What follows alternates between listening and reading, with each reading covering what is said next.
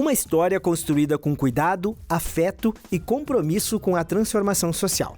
A Associação Criança Feliz de Caxias do Sul completou 30 anos de atuação e foi homenageada em sessão solene na Câmara Municipal na noite desta terça-feira.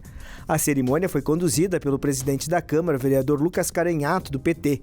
A presidente da Fundação de Assistência Social, Alda Ludwig, representando o prefeito Adilode Domênico, também esteve presente e reforçou a relevância da entidade no fortalecimento da educação e da assistência social no município. A entidade da Zona Norte de Caxias do Sul atende crianças e adolescentes de 12 bairros e ao longo de 30 anos, mais de 30 mil pessoas passaram pela instituição.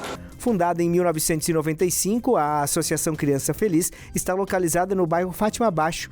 A instituição atende diariamente cerca de 230 crianças e adolescentes de 6 a 15 anos, oferecendo oficinas, atividades educativas, alimentação, apoio social e ações voltadas ao fortalecimento de vínculos familiares e comunitários.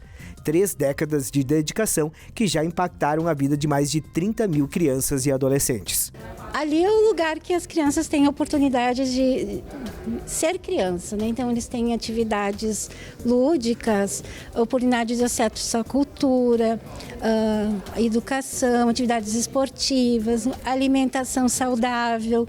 Então é feito todo um trabalho social com as crianças e com a equipe das famílias. A gente tem muita intervenção com o CRAS, com o OBS, então a gente faz todo um trabalho em rede ali daquele público. A vereadora Andressa Marques, do PCdoB, autora da homenagem, destacou que a entidade é uma prova de que é possível oferecer um trabalho de qualidade na formação de crianças e adolescentes, promovendo a convivência e o fortalecimento de laços familiares e comunitários. Esse serviço que para mim é uma prova de que é possível fazer um trabalho de qualidade com as crianças e adolescentes.